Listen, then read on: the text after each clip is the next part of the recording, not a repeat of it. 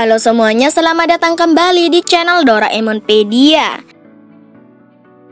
Serial kartun Jepang merupakan sesuatu yang udah nggak asing lagi buat anak-anak di Indonesia, terutama mereka yang menikmati masa kecil pada dekade 1990-an.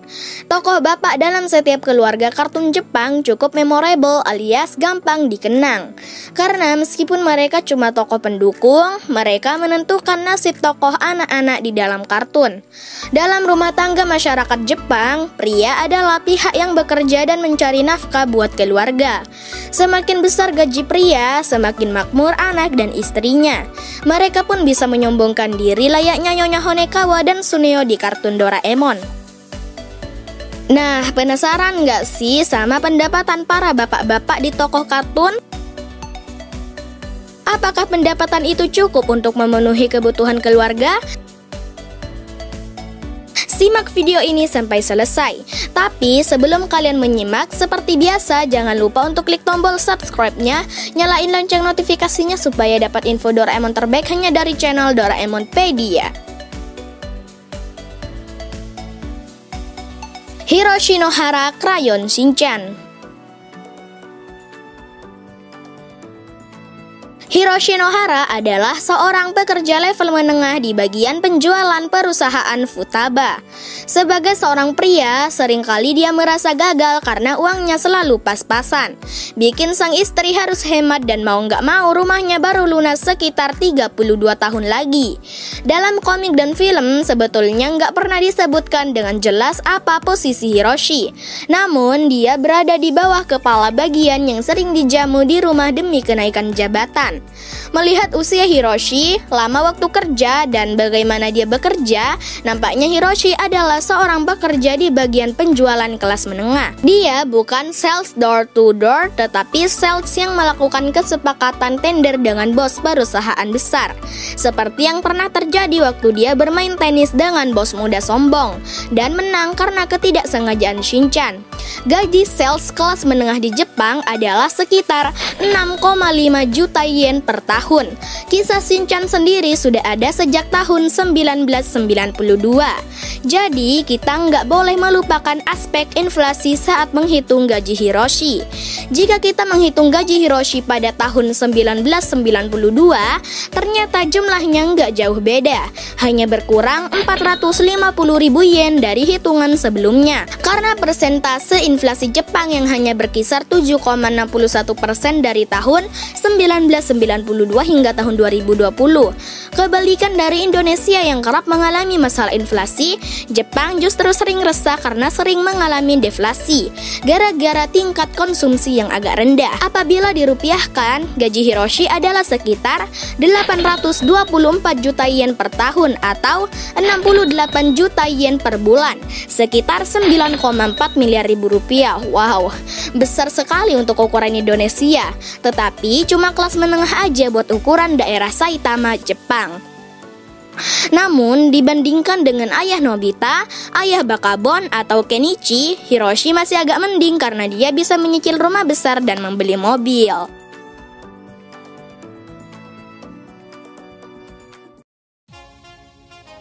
Kogoro Mouri, Detektif Conan.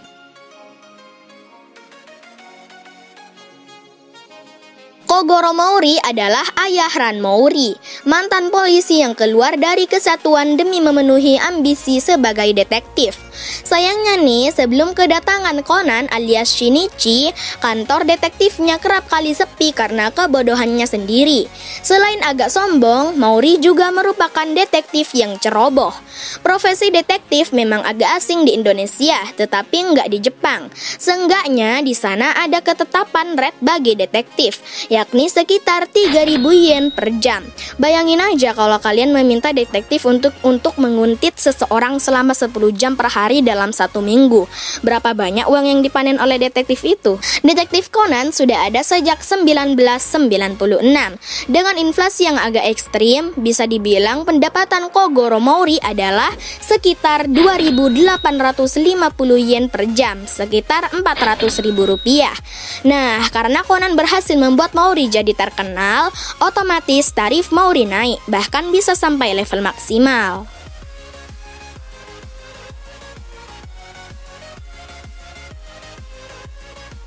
Kodai Ozora Kapten Tsubasa.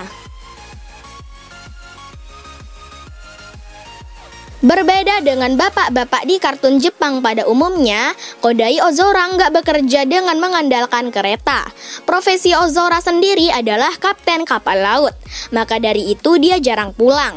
Lalu berapa sih gaji kapten kapal laut di Jepang?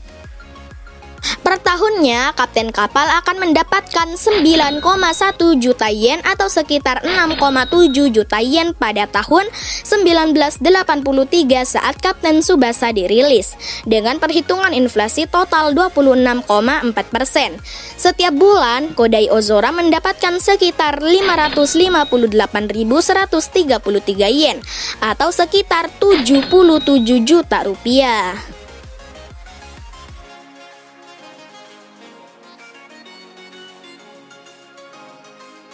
Tuan Honekawa Doraemon. Dibandingkan sama bapak-bapak sebelumnya, Tuan Honekawa pastinya paling kaya. Lihat saja rumah Suneo dan koleksi mainannya. Bahkan, bukan cuma mampu memberikan kemewahan berupa tiket liburan, perhiasan, dan mainan kepada anak istrinya, Tuan Honekawa juga rupanya bisa memberikan akses khusus buat ketemu selebritas, bahkan main sebagai figuran film kepada keluarganya. Posisi Tuan Honekawa memang nggak main-main. Kemungkinan dia adalah seorang presiden direktur atau CEO perusahaan yang bona fide. Pada 2018, median penghasilan CEO di Jepang adalah 160 juta yen per tahun. Komik Doraemon sendiri pertama kali diterbitkan pada tahun 1969. Jadi, kita harus menghitung rate inflasi dari tahun 1969 ke tahun 2018. Dengan menghitung rate inflasi yang mencapai 255%, maka pendapatan ayah Suneo adalah sekitar 119 juta yen per tahun, alias 9,9 juta yen per bulan, sekitar 1,3 miliar rupiah.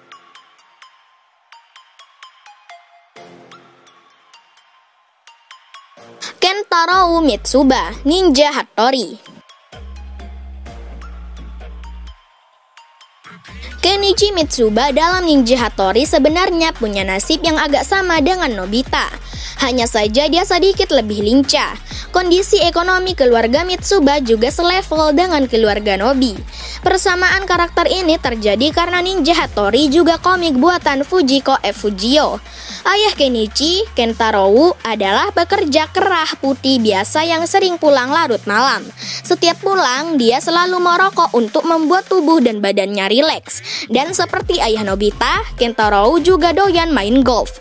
Walaupun hanya sesekali dan untuk urusan pekerjaan serta menyenangkan sang atasan. Gaji pekerja biasa tingkat menengah adalah sekitar 4,7 juta yen per tahun di Jepang. Mengingat Ninja Hattori dirilis pada tahun 1964, maka kita harus memperhatikan tingkat inflasi dari tahun 1964 ke tahun 2020 yang berjumlah 358%. Gaji ayah Kenichi kurang lebih berjumlah 1,3 juta yen per tahun atau 110.000 yen atau sekitar 15 juta rupiah per bulan.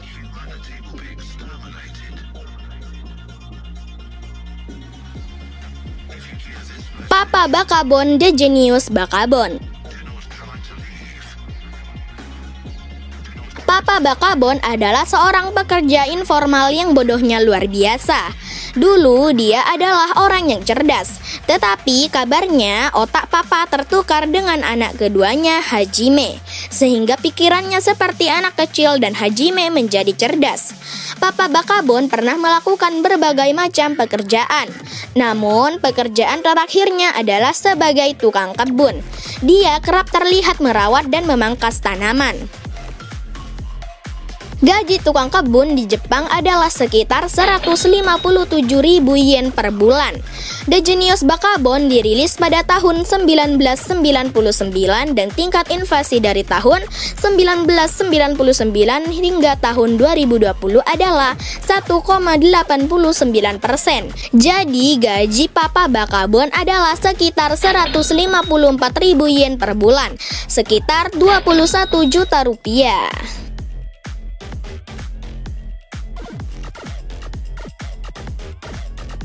Fujitaka Kinomoto, Cardcaptor Sakura.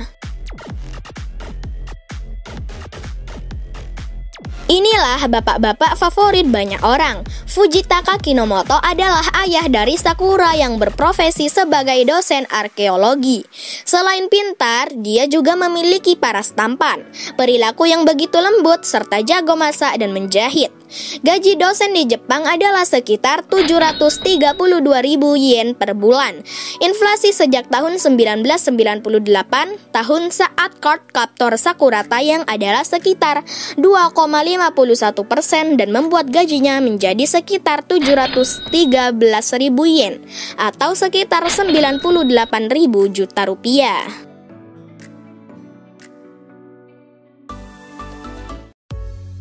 Kalau dirupiahkan, gaji para ayah di atas memang sangat fantastis. Namun, Jepang terkenal sebagai salah satu negara dengan harga-harga barang yang mahal jika dilihat dari kacamata orang Indonesia. Jadi, gaji-gaji mereka semua memang standar sih, kecuali gaji Tuan Honekawa. Nah, setelah mengetahui gaji mereka semua, menurut kalian gaya hidup mereka wajar atau enggak sih? Tulis di kolom komentar ya. Seperti biasa, jangan lupa untuk klik tombol like, share, dan subscribe-nya. Sampai jumpa lagi di next video. Dadah!